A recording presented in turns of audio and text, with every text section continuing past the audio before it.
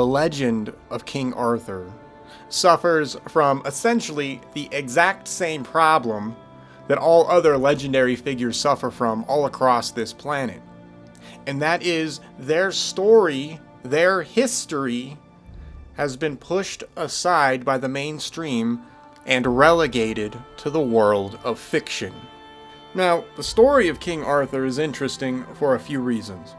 And the reason why I want to talk about it today is, well, the main reason that I want to discuss it today is because I haven't really cared about King Arthur all that much. Yes, I'm aware of the mythology. Yes, it's in the background of, European history, stuff like that. But what I found fascinating all of a sudden was that the story of King Arthur, it appears to actually be related to catastrophism. Not only that, but in my studies right now, and I'm sure a lot of you already know this, so I'm not saying I've made a discovery. I have not discovered anything. I've only discovered it for myself right now because I'm dumb and I didn't just realize what the hell I was looking at until right now. But what I found was, apparently, the further you go back into the King Arthur mythology, the more you find that the legend of King Arthur starts to synchronize itself with all kinds of other legends and mythologies all across the planet. Now, this I did not realize. To make it even crazier, to give you an idea of where we are going, not only does the legend of King Arthur start to synchronize with stories all over the planet, and we'll cover that, but it also discusses what is, as far as I can tell, it might actually be directly related to the deluge. It might be related to the Saturn configuration breakup. This is what I found insane.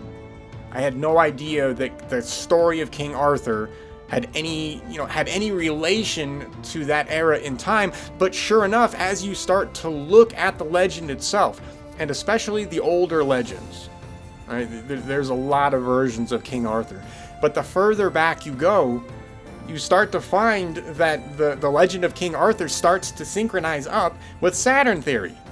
Yeah, I didn't, it's crazy. Right? Like I said, I'm not an Arthurian historian. Right? It's there, I know some of it, whatever. But the reason why I'm even talking about it at all right now is because as I was doing my research, suddenly King Arthur came into focus. Not because I was looking for it, but because the scientific and historical evidence has actually forced me to acknowledge it. And so I'm going to do that on this show now before I forget about it, because I always do that. I always find something really cool, and then I say I'm going to make a show about it, and then I don't make a show about it because I forget about it because I made other shows about other things. So we're just going to do the show right now, and let's see what we can tease out of this mythology, because in my opinion, it's not even an opinion. If the story exists and it discusses Saturn theory, then maybe there is something here that we can use to further piece together what happened back during the time when the Saturn configuration broke up.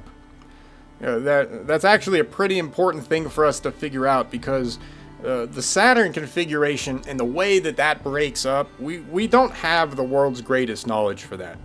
And of course, there's multiple versions of how this goes down, but ultimately, as far as I can tell, and I don't think anybody makes the claim, but nobody has this completely figured out. And the reason why is simple. Just to make sure everybody understands how difficult this part of history really is, and why these mythologies are incredibly important to us to trying to figure out what happened. When the Saturn configuration breaks up, that's hell breaking loose, right? Everybody on planet Earth is happy, they're running around, no problems whatsoever. Who knows what it was like back then? I have no idea.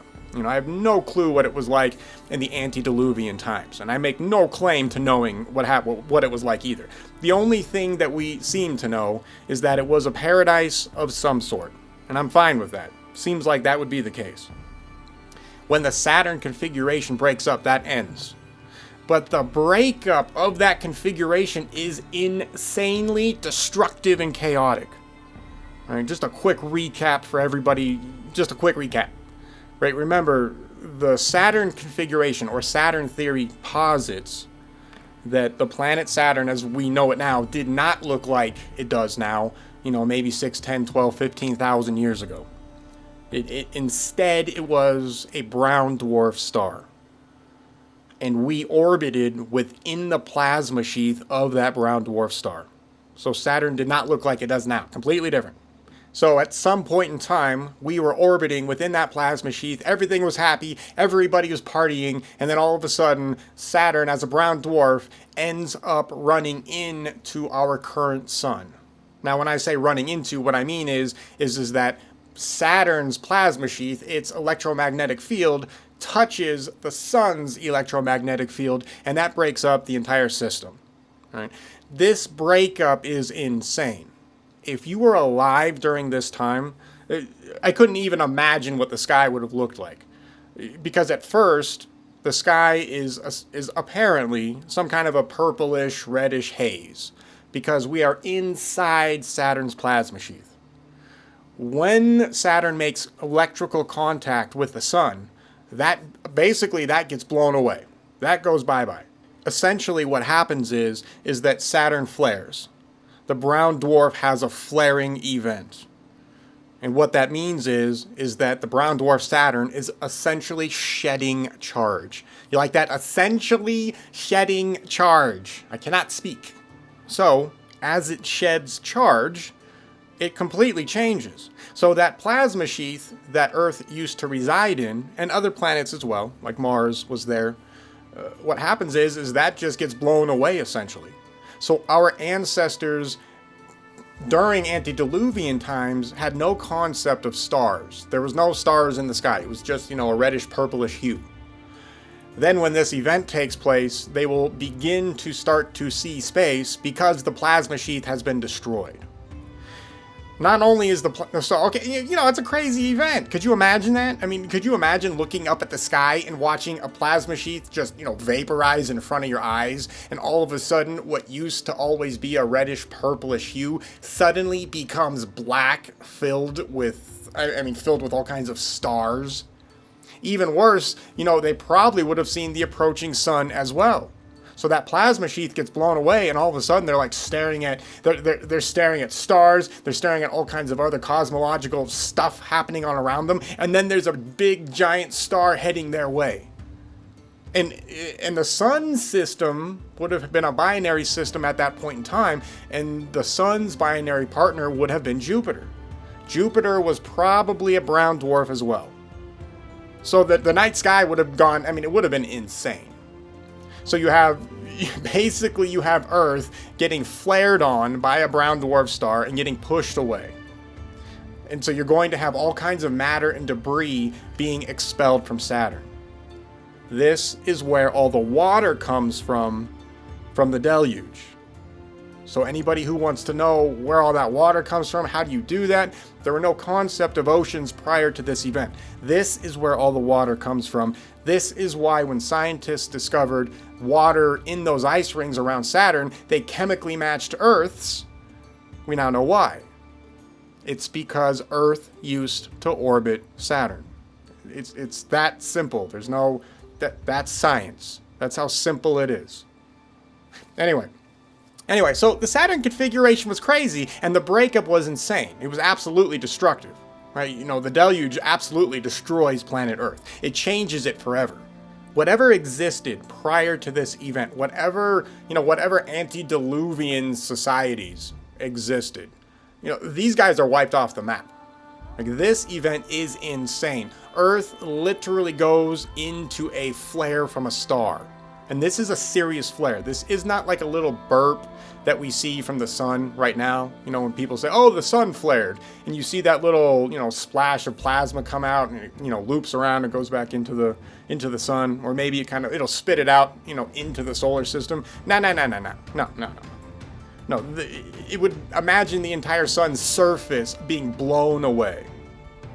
Now, it's not a perfect analogy because the sun, our sun, is not a brown dwarf star, but you get my point. Right? the flare that goes on is insane. The amount of energy released is absolutely mind-boggling, and all of the cosmological events that go down during this event, I mean, it's chaotic as hell, and the reality is pretty much everything is destroyed. That's the story, right? Everything is wiped off the face of existence.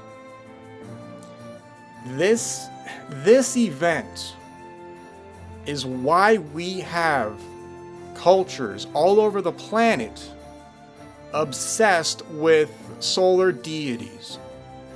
Mainstream historians will attribute this just to our regular sun. Oh yeah, they worship the sun. You know, it's there. That's their god. You know, obviously it gives life. So yeah, they worship it. And that answer is generally fine for the vast majority of people. The problem is that when you start to look into solar deities, when you start to look into these mythologies, you find very quickly that they are not describing our sun at all. Not even close. Like, none of the descriptors match anything with respect to our sun. It's hilarious how ridiculous it is. And to watch historians kind of fumble around and be like, well, I mean, you know, it's the sun because it's got to be the sun, and it can't really be something else, even though they are describing something else completely. You know, you just want to choke them, man. So that's what we're dealing with. What I found interesting was that apparently the story of King Arthur deals with this event as well, and I did not realize that. Or, okay, well, what I should say is that it deals with the Saturnian configuration, but what I was noticing is that it deals more with the aftermath. It seems to deal more with how things go down after the configuration is broken up. And that's what I found interesting, because those are the events that we're trying to track right now.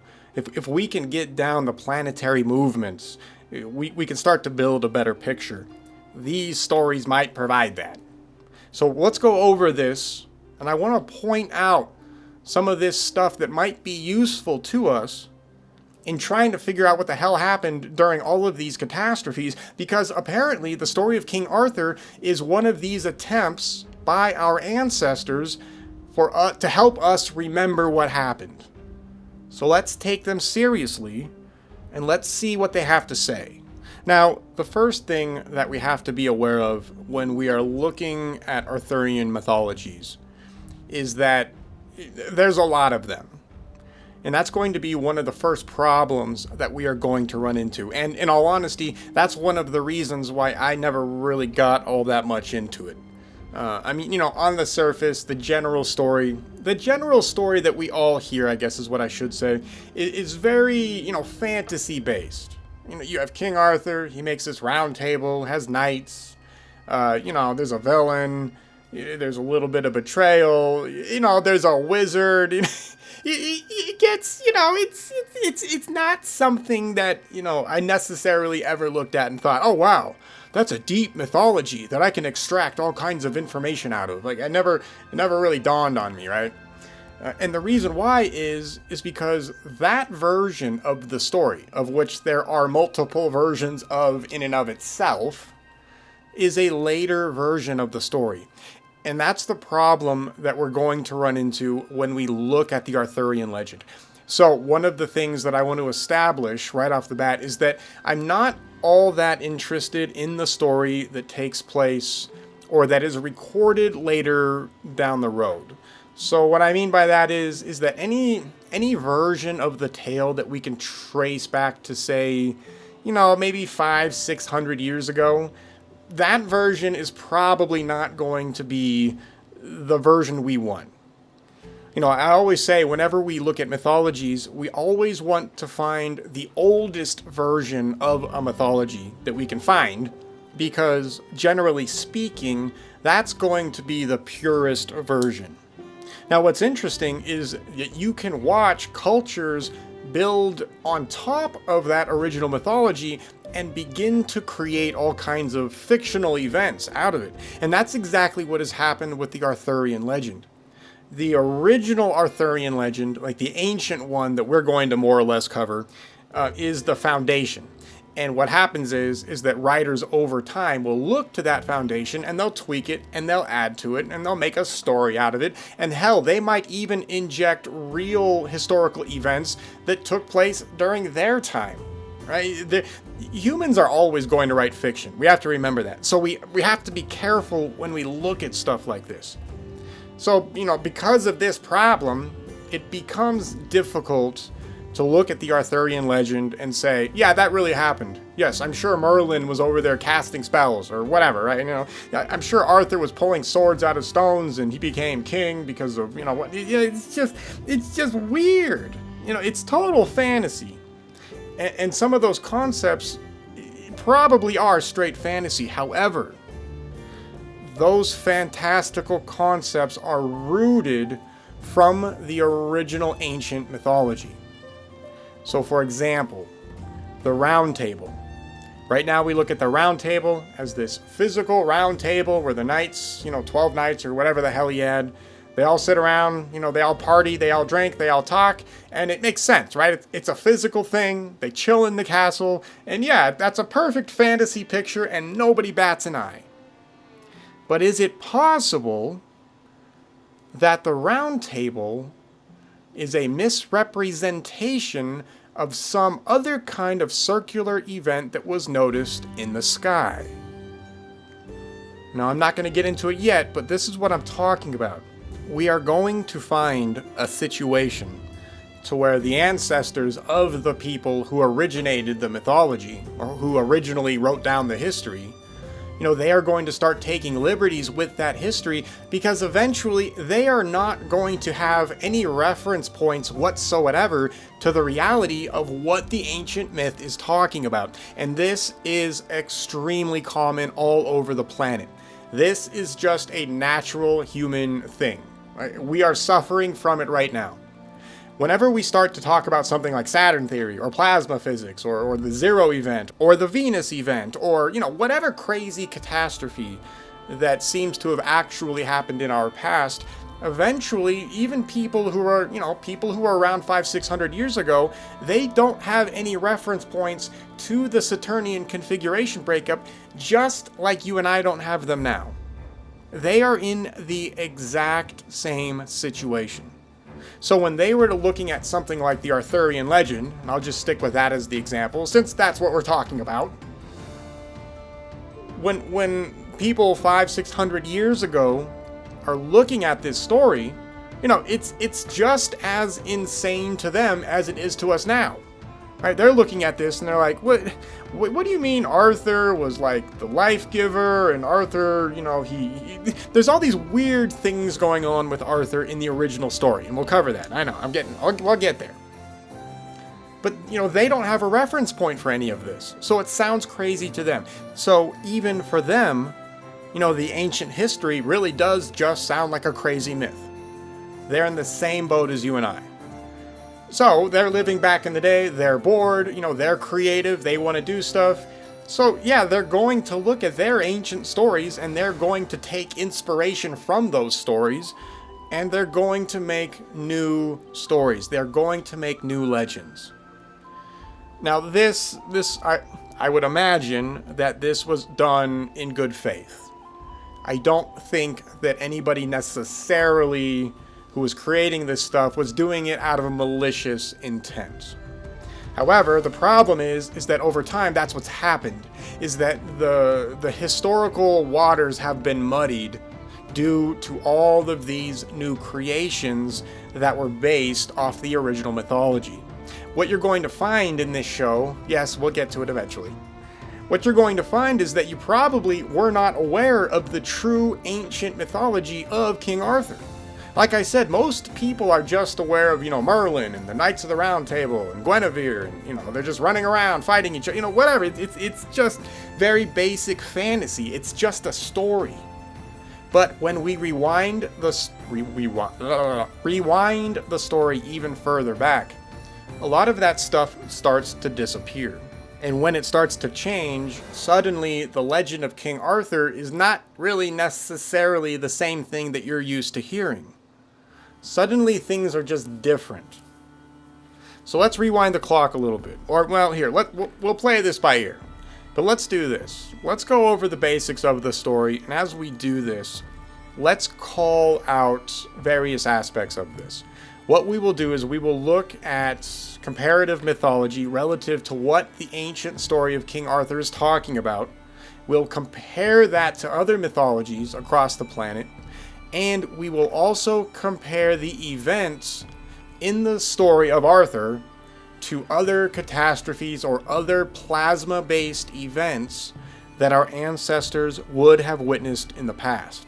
You know what? And by that, what I mean is that, as I said earlier in the show, with the story of King Arthur, or with a lot of mythologies, the ancestors of the people who were originally trying to transmit the original story, they build onto it as well. What those people would have done, if we think about it, is that they still would have witnessed certain cosmological events that take place after the events of the Saturnian breakup, right? That they're going to witness events such as the Venus event, such as the Zero event, and anything in between, right? There's going to be other stuff that's going to be happening that we don't necessarily have a good understanding of, right? Just random stuff. And anyways, my main point is that some of those events that take place much later may also be tacked on to the story as it evolves throughout the ages.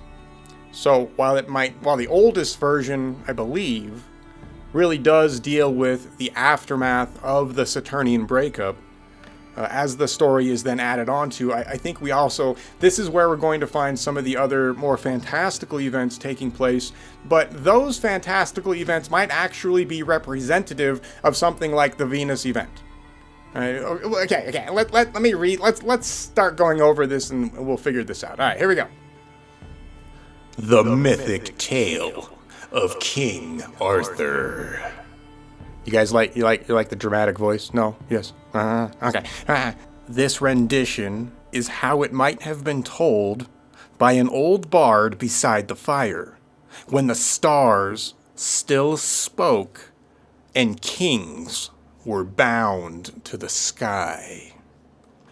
The child of dragon and moon.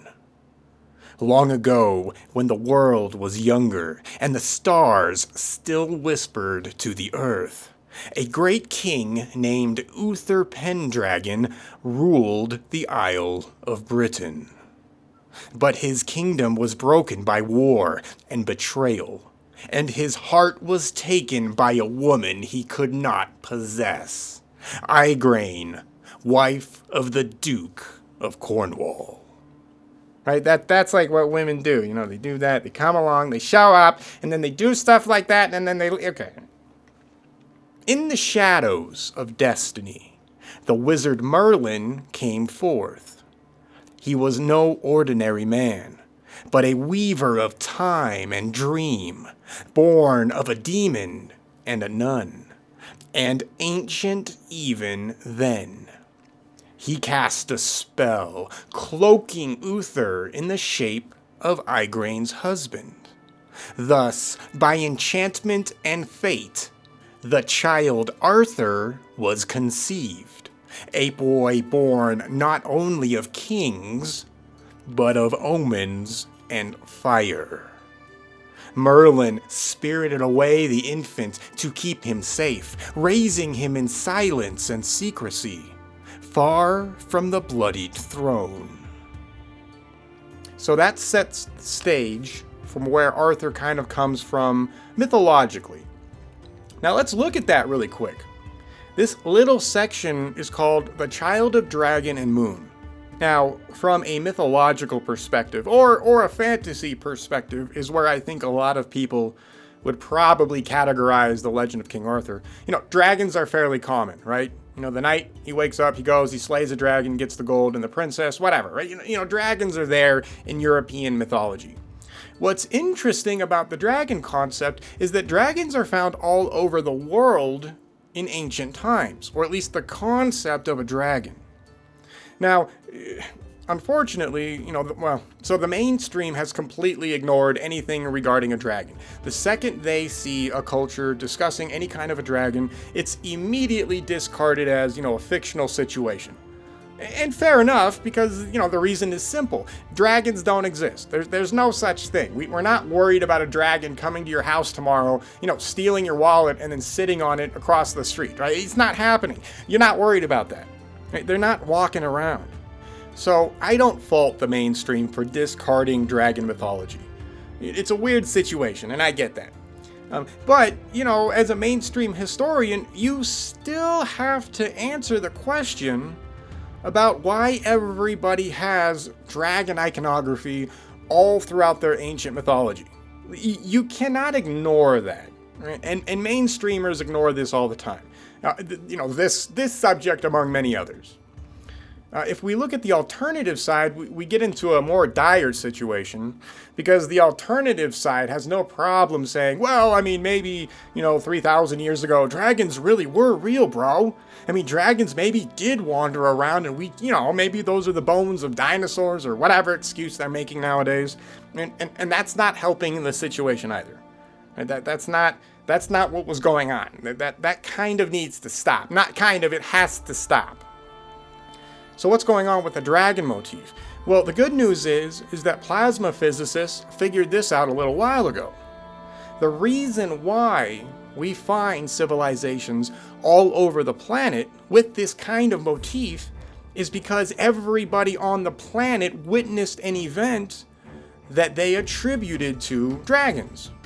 And no, it was not a real, serpent lizard flying around in the sky grabbing princesses.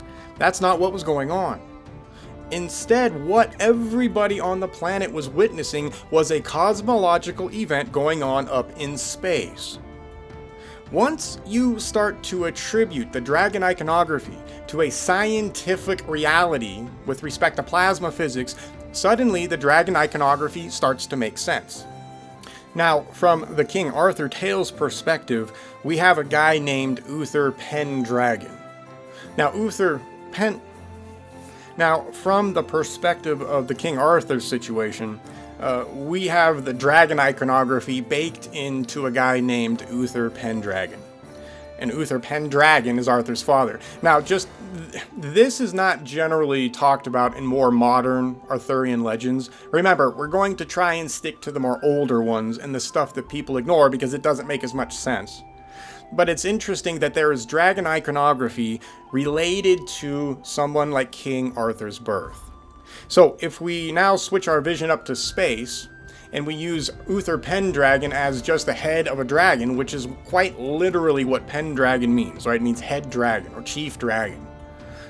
If we look up to the sky and we imagine one of these plasma events happening while several planetary bodies are eclipsing one another, we would find a situation to where you would get one of these long, stringy plasma events. This is where you would literally see that kind of a dragon formation appear. Now, you would also find a situation probably, depending on what was going on during the time, that even the planetary bodies themselves were probably highlighted by various plasma effects. So when Uther Pendragon is giving birth, or partly responsible for giving birth to somebody like Arthur, is it possible that our ancestors, they were looking up at the sky, they saw several planetary bodies eclipse one another, and then another planetary body that they originally couldn't see because it was behind one of the other planetary bodies, comes out of the other side? If you were to see all of this going on, it would appear as if two planetary bodies gave birth to a third planetary body. From anybody on Earth's perspective watching this, you could easily interpret it as, giving two planetary bodies coming together, in a conjunction, and then another, a third planetary body that wasn't visible pops out on the other side for whatever reason. It depends on what's going on. Depends on what's happening with their orbits, and it depends on, how accurately these guys want to relate things. So what I mean by that is this. When we get these mythologies passed down to us, really from any culture, it doesn't matter. We have to remember that they are simply describing in their best words at the time what they are witnessing, but they aren't describing, a minute by minute event of everything that has happened, say within the past, 20 years or something. Remember, these events take place really quick. So for example, when we have these planets moving into conjunctions and other ones, slipping out of conjunctions, etc., these are not taking millions and billions of years. They're not even taking centuries in a lot of cases. This stuff happens fast. It's just like when you get, a lunar or solar eclipse. It doesn't take, 10 years for this to happen. It happens fast, right? It goes quick. You could sit out there for an hour and basically get the gist of what's going on. You're not describing the entire, situation where the moon slowly creeps up, in front of the sun or vice versa or whatever. You just get the basic event of the eclipse itself. And so that is probably what I'm guessing they are describing with the birth of King Arthur, with Uther Pendragon and all of this stuff. So when we look at the birth of Arthur, right, we have some weirdness going on with the Merlin wizard. So when we're looking at the birth... So when we are looking at the birth of Arthur, and we are looking at the drama... So when we are looking at the birth of King Arthur, and the drama surrounding his birth, right? We have a situation to where we have Igraine running around, who's the wife of Duke Cornwall. What planetary body is Igraine? What planetary body is the Duke of Cornwall? What planetary body is Merlin?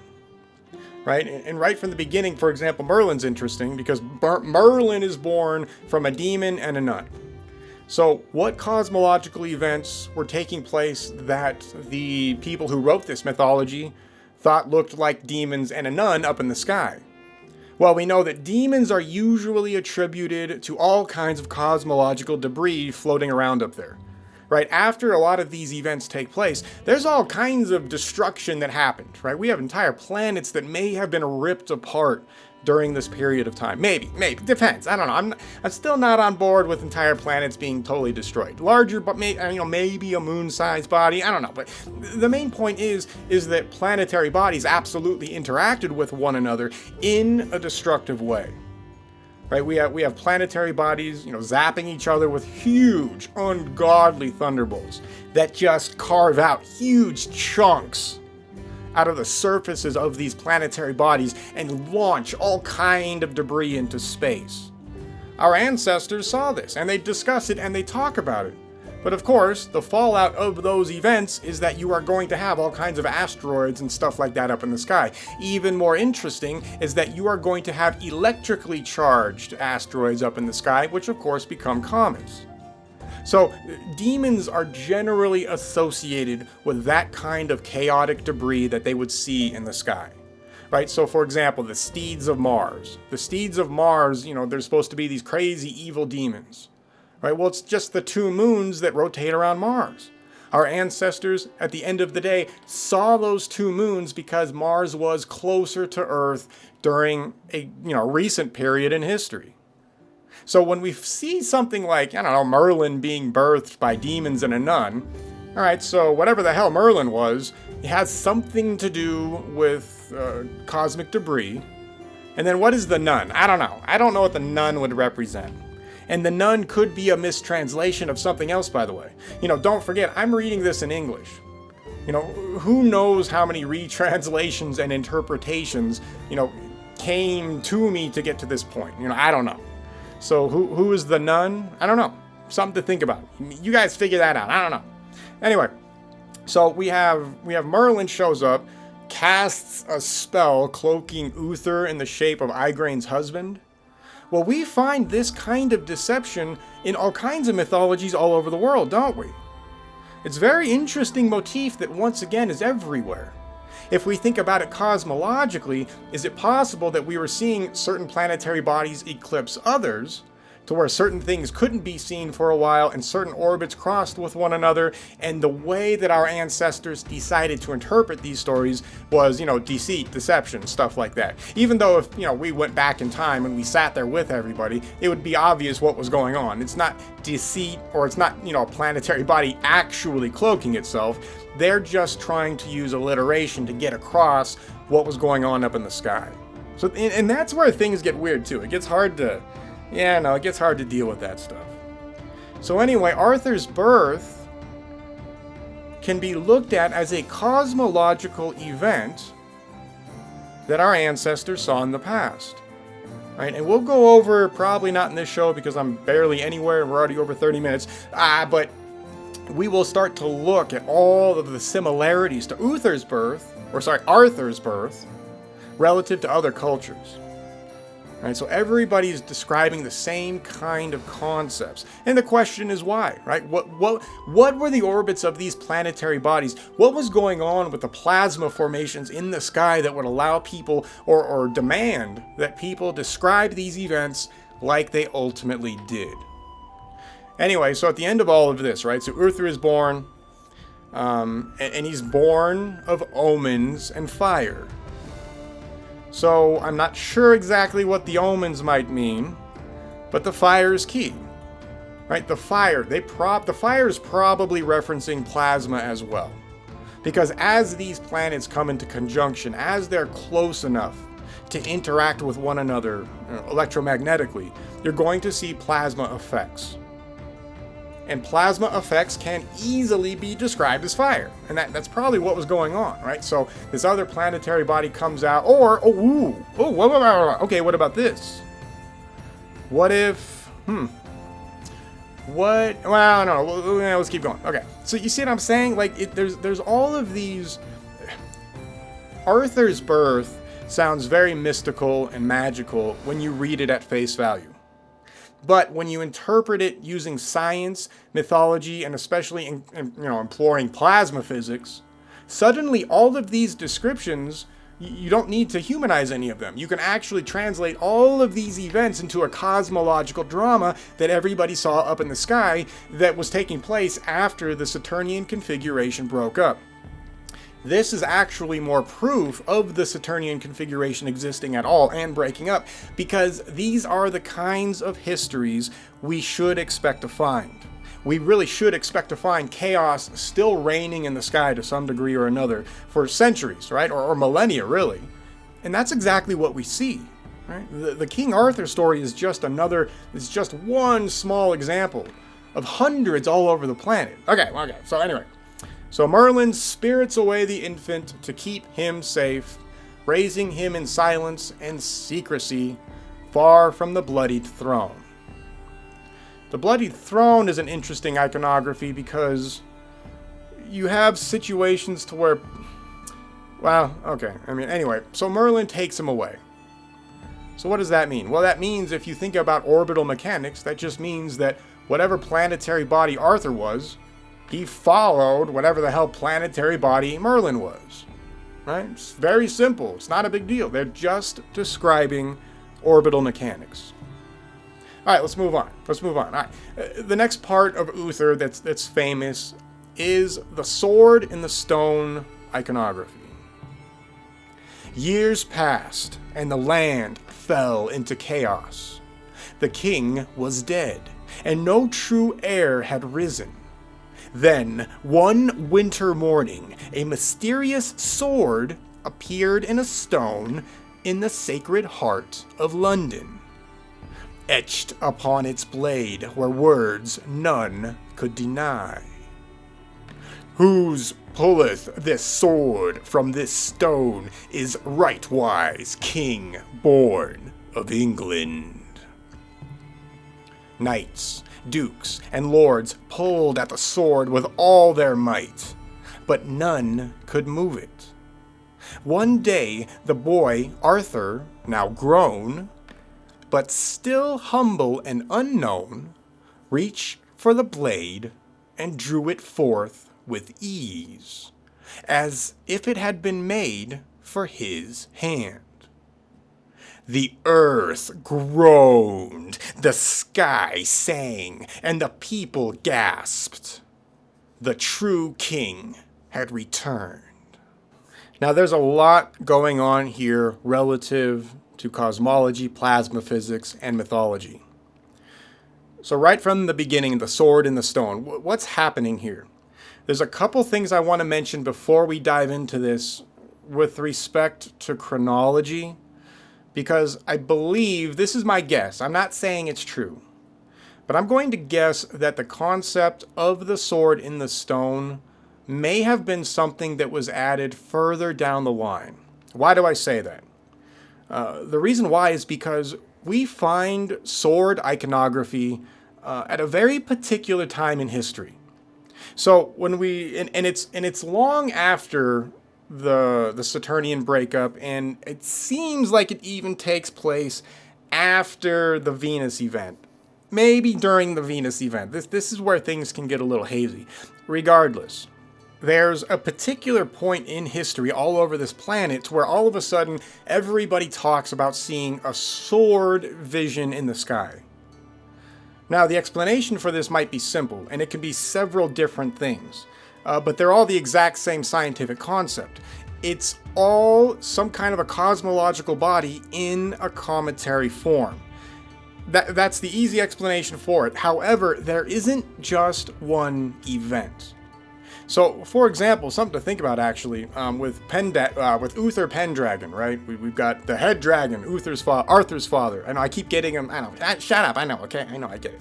Okay. Anyway, but it's interesting. Uther Pendragon, even in the mainstream, is acknowledged as being a dragon-shaped comet. Like, it's not even like a weird thing, right? With Merlin's situation, we find, Merlin, even in the mainstream, is relegated to some kind of a star. Right? There's some kind of weird star going on right there with the dragon. Anyway, but if we look at other cultures, we find all kinds of people seeing a great fiery sword in the sky over their city. Why? So there's two possibilities, and they're both true as far as I can tell. The first thing is that, like I said earlier, it's going to just be a cometary body. You have to remember that after the Saturnian breakup happens, comets are just normal in the sky, right? Our ancestors were witnessing all kinds of comets all the time. This was not even interesting to them at a certain point, I bet. Right? But as history progresses, the comets, they slowly start to go away for one reason or another, right? Either they lose their charge, or they dissolve, or they're spit out of the solar system, whatever, doesn't matter, whatever. Over time, the solar system cleans itself up, and comets become less and less of a normal thing to see in the sky. But they're still there. Right, ancient Rome, they report all of this. We have Celtic and British mythology obviously reporting all of this stuff. Chinese astronomy does it, Islamic tradition does it, Zoroastrianism does it, Japanese Shinto, they've got all that stuff in there. Mesoamericans talk about swords in the sky, right? It's even in the Bible, I think, as far as I know, it's in the Bible. Right? Hindu mythology has it, Norse mythology has it, it's crazy. These are this concept of a sword in the sky is everywhere. Now, like I said, there's two different versions of this, though. There's the simple comet version, where people look up in the sky and they get to see some kind of a crazy plasma event from a comet that you and I might actually see in our lifetime now, depending on the electrical nature of the environment. It would have looked like some kind of a sword. Now, I personally have not seen a sword-looking comet, and I don't know if there's any pictures of a sword-looking comet out there. But that might be because now our electrical environment in our solar system simply doesn't allow for it anymore. Right? Everything is evened out more or less. Everything has been cleaned up. That potential is now gone. So that's why we see comets in the form that we see them now, because the other stuff just isn't there to mess with them. Right, so there's the basic small comet. There's also the other sword that everybody talks about, and it's the more important sword, and it's the sword that is wielded by Mars. At some point in time, and it might have been during the Zero event, I don't know. I'm still on the fence on this. At some point in time, Mars was visible. Mars is visible to a lot of our to everybody in the past for a good chunk of time. It takes time for it to float away to where it is now. So Mars was a usual sight, but at some point in time, it gets in a conjunction with another planetary body or two. And during that conjunction, we see a plasma event, a large planet-sized plasma event. And this ends up looking like a giant burning red sword being held by Mars. So this is different from your standard small comet sword event. So is it possible that because this Mars event happens long after the Saturnian breakup has happened, is this still a valid plasma event that they are describing, but they've added it to their history in the form of the King Arthur situation just to keep things rolling? And then, of course, over time, the more hands get on it and the less people understand the true nature of the story, it gets manipulated more into what we see now. So when we see something like the sword and the stone, and we find this iconography directly related to Arthur doing something with it, is it possible that at some point in time, right, the Arthur was Mars? Does Arthur, actually indicate the planet Mars?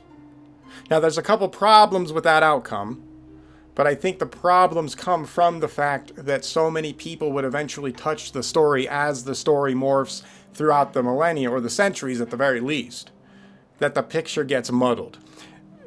If Arthur is Mars, for example, at some point in time, that sword gets pulled away. That sword-looking plasma formation pulls away from Earth. Oh, okay, check this out. Because this is what happens. The sword goes away. It's not there permanently, right? Like, everybody sees that, they say, oh, look, a sword, and then they worship it, and it's all war and all of that stuff. But eventually, the sword will withdraw from Earth. And by the way, if I didn't paint the picture good enough visually, what you would expect to see is you would see the planet Mars up there, say the size of the moon today, and you would see a red glowing shaft coming down pointed to Earth. Which means that, Earth was probably connected to Mars somehow electrically for a second there that would have created this fiery red plasma sheath, or this plasma sword-looking thing pointing down towards Earth. Eventually, Mars is moving away from Earth. Mars does not collide with Earth. Mars doesn't do anything like that. Mars is going away. So over time, Mars is going to disengage with Earth. As Mars disengages with Earth, it will pull away that sword-looking plasma effect. Could this be interpreted in the Arthurian story as the sword and the stone? Maybe Earth is the stone, and Mars is simply being pulled away. Now, that would mean that Arthur is not Mars. Maybe there's another planetary body behind Mars that gets the credit for pulling Mars away. Now, that would make more sense in my opinion, which would make Arthur possibly Jupiter. Because Jupiter plays a part in the Zero event, right, about 1,000 years ago, and Jupiter absolutely plays a part, well, and everywhere else actually. Jupiter's there in the background the whole time. But I wonder if at a certain point Arthur's actually Jupiter, and maybe Arthur is always Jupiter. Huh. Yeah, that might be, okay. See, we learned together. See how this works? All right. Anyway, okay, that's the sword and the sword. Okay, that's the sword iconography. But there's one last part to this story which is important, and which people probably don't pay attention to. When the blade is drawn away from the stone, what happens? The earth groans, the sky sang, and the people gasped. There is a cataclysm, or a cataclysmic event, that happens when the planets disengage. Right? The earth groans. This would make sense, because the electrical connection between the two planets has now broken. So what would be the fallout from that? Easily you would have earthquakes. The sky sang. Sound is incredibly important in these catastrophes. Our ancestors always describe being able to hear the planets. Could you imagine that? Mars up in the sky? All these plasma events happening, Jupiter in the background somewhere? They could probably hear this stuff. This is how close this was. Whatever the effects were, right? Whatever was going on in our atmosphere, the sound must have been incredible. It must have been insane.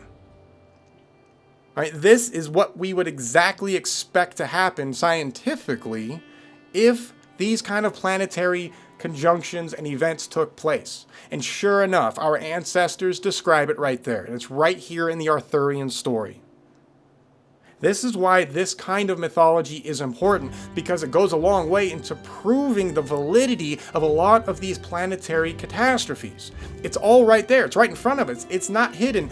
I don't have to interpret any of this. The Earth groaned. Simple. The Earth literally groaned.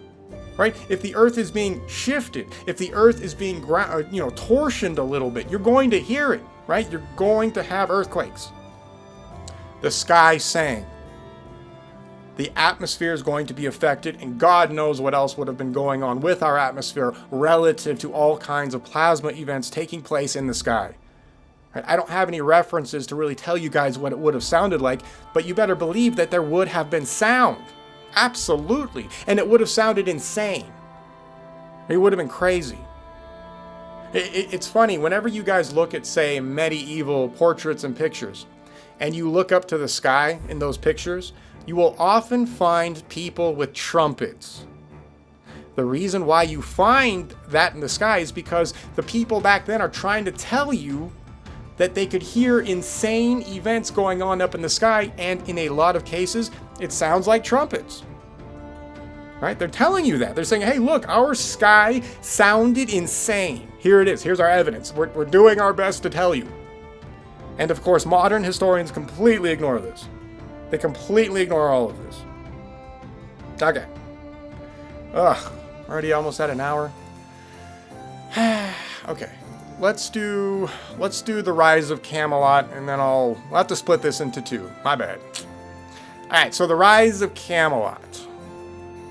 Crowned by heaven and blessed by Merlin, Arthur took the throne. He forged a mighty kingdom unlike any before. A realm where chivalry, justice, and unity ruled. At Camelot, his shining city, he built the Round Table, so no man could claim to sit higher than another. Knights came from every corner of the land to swear fealty. Lancelot the Peerless, Gawain the Fierce, Percival the Seeker, and others whose names burned in legend. Arthur wed Queen Guinevere, radiant and wise, but their love was not untouched by sorrow. Now, Camelot is an interesting problem relative to the mythology. The reason why is because relative to real history and science, Camelot might be describing two separate kinds of events sort of simultaneously, and the reason why this is being done is because, over the centuries, people lost the real roots of what the story was trying to say, and so Camelot got turned into something else. So here, let me just cover a couple of the basics. So for the mainstream, or from a mainstream perspective, you have a couple of different options when you look at Camelot. You either have Camelot maybe existed, maybe it was a real kingdom somewhere. It's just lost to time. And yeah, maybe it was good, and maybe it did uphold some of these standards and stuff like that. Hell, maybe there even was a King Arthur. Maybe it was a real place, and we've just lost it. But, the way it's told in the story, it's embellished. It couldn't have been all of that crazy stuff. Merlin was not running around, slapping people and turning them into mice. That wasn't happening. It might have been real, but it wasn't. It's not like the legend says. So there's that perspective, and that's fine. Hey, it makes sense. The other mainstream perspective simply states that Camelot is nothing more than an ideological mythology. That's all it is. It's something people can learn from, it's something people can try to aspire to, but the reality is Camelot, it never existed. And that's reasonable as well. Both of the mainstream perspectives are generally reasonable, at least on the surface. Right? You can hold those two perspectives if you completely ignore all of the mythology, all the science, and all the history. You can have that. And of course, that's what mainstream does, right? That's not a secret. So then what's going on with Camelot in this story? So here's the issue from a realistic perspective. Camelot does two things simultaneously in the mythology. So if you look at Camelot through, say, a quote-unquote mythological or symbolic situation, you actually find how much of Camelot is related to the worship of the sun, or solar worship. Right? It's not necessarily about sun gods per se, but it's just like the legends of, say, Egypt, Sumer, or even the Vedic kings. Camelot has a cycle that contains all these solar archetypes. It's got seasonal symbolism in it, and of course, ritual kingship motifs. All of these things are reflected by, sun-based cosmology. It's right there, right? It's right there baked into the Arthurian legend. You have all of this solar iconography related to Camelot.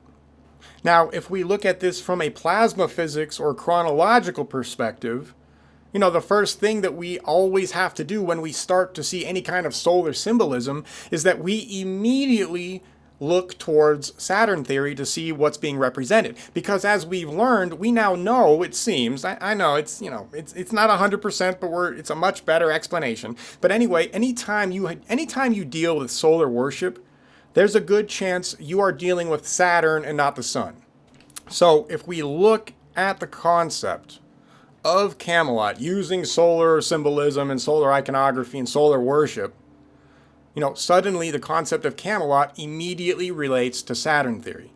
It's essentially cosmological in origin. I mean, think about it. You have something like the Round Table. The Round Table is immediately attributed to, solar and zodiacal symbolism.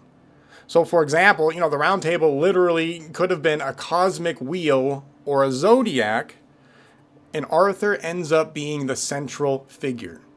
Now, the cosmic wheel is found all over the planet, right? This is not an Arthurian legend exclusive. The solar wheel is everywhere. It's in petroglyphs. It's in high art. It's all over the place. And it generally relates to some kind of a Saturnian age. Now, the other part of this story, of course, with the Round Table is the 12 Knights. Right? What are the 12 Knights? Well, they're the 12 signs of the zodiac. So right there, you have a whole situation where Camelot may not be necessarily referencing a city, but is instead referencing the cosmological aspect of our past. Now, that being the case, there is a physical side to Camelot as well. And this is where things get weird for me, and this is where this is the problem with Saturn theory and what we call the Golden Age. Camelot appears to represent the Golden Age. When we deal with Saturnian configuration theory, there is a Golden Age described by all cultures that takes place before the breakup. Camelot seems to be being described here as well as the Golden Age, right? You could relate it to something like Shambhala, or ultimately Hyperborea. And that's where things get even weirder. Because is it referencing the mythical Golden Age that took place before the Saturnian configuration breaks up? Or is it talking about this other, magnificent city that city continent, I guess you could say, that apparently existed after the Golden Age breakup, which would have been something like Hyperborea. Now, Hyperborea is directly related to some Arthurian legends. And I'm not going to have time to talk about that right now because we'll do an hour. I'm not a douchebag. I try to keep you guys an hour, then you can go back to your lives. But isn't that crazy? Like, the Arthurian legend directly lines up not only with legends of like Hyperborea. That's an easy one. Anybody could put that piece together. But very few people realize that all of these legends are related to Saturn theory and all of the cosmological catastrophic events that took place, right? Only in the past few thousand years. It's all baked into this mythology. I don't know, it's crazy. This is why, okay, well, this is why I'm talking about it. So, to me, this is the crazy stuff, because I did not realize this about the story of King Arthur. King Arthur has baked into it basically every aspect of Saturn theory, as well as some of the other cosmological catastrophes that took place after the Saturnian breakup. All right. In the next episode, and it'll just be an overview like this one, we'll talk about stuff like Excalibur, the Lady of the Lake, the Grail, the Wasteland. That'll be a huge thing. Things like the Fall of Camelot, and then, if we can, the Isle of Avalon. We'll try to get to all of that stuff. All of this stuff appears to relate to Saturn theory. It's insane. All right, so we'll do that next. Okay.